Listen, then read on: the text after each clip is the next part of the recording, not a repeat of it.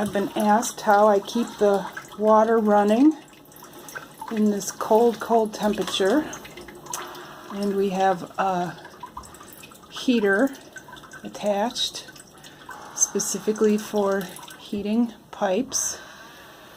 And that has kept our frost-free hydrant from freezing up. You can see that there's a ring of ice around the top of the buckets where the bucket sat for just a little while, probably 10 minutes, and froze. The top of it froze. I'm on round 2 of filling up the sheep and horse buckets.